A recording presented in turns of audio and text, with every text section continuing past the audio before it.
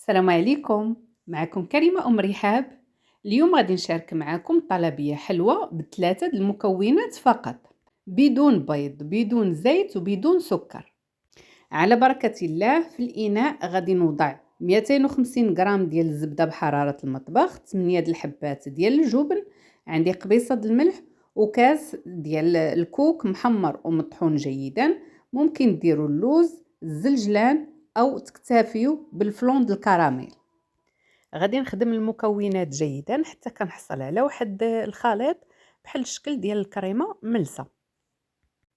غادي نضيف 3 ديال الكؤوس ديال الدقيق بالتدريج، ما نوضعهمش دفعه واحده باش ما نحصلش على واحد العجين اللي كتكون قاصحه وما غاديش يصلح لي انني نحربلها.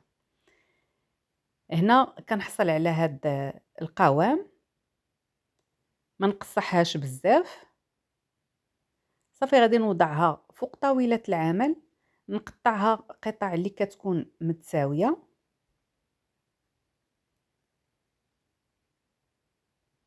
وكل قطعة غادي نحربلها حرابل اللي كيكون السمك ديالهم ما غليظش بزاف وما رقيقش بزاف. هذا هو القوام ديال الحربول. غنبقى مستمرة بهذه الطريقة حتى كنسالي القطع اللي عندي كاملة. بصراحة أسهل حلوة بدون طوابع. ممكن حتى وليداتكم أنهم يعاونوكم في هذا الكاطو اللي ساهل جدا وفي ساعة كيوجد. صافي هنايا غادي نقطع قطع اللي كتكون متساوية بهذا الشكل.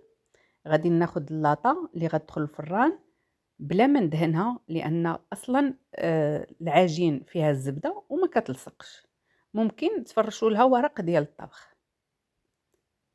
غادي نقاد هاد القطع اللي قطعت من الجوانب اللي كتكون مائلة، نستفهم في اللاطة. الفران كيكون سخون على درجة الحرارة 180 درجة. من بعد ما نوضع اللاطة في الفرن كنقص عليها تماما، خاصها تكون ناقصة النار باش كيطيب ليا بحال الشكل ديال الصابلي. يطيب على نار مهيلة من الفوق ومن التحت. اللون ديالهم كيكون ذهبي بهذا الشكل. نخرجهم من الفران، نغطي عليهم ونخليهم حتى كيبردوا، عاد ندوز للمرحله ديال التزيين. بالنسبه للتزيين خديت شكلاط ابيض ذوبته في بالماري، ضفت ليه معلقه ديال زيت النباتيه وخليته حتى داب تماما.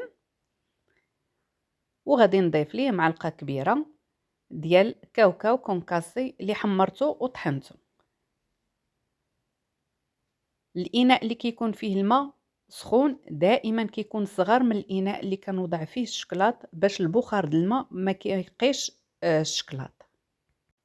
غادي ناخذ القطع ديال الحلوى وغادي نوضعهم وسط الشكلاط، وغادي نديرهم فوق واحد البلاستيكه. من الاحسن، هذه واحد النصيحه، انايا درتهم في هذه الشبيكه ولكن منين نشفوا بغيت نهزهم نلصقوا فيها.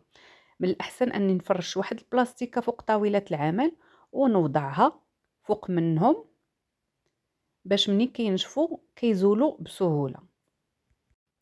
غادي نستمر بهذه الطريقة حتى كنسالي، وغادي نزينهم بالورق المذهب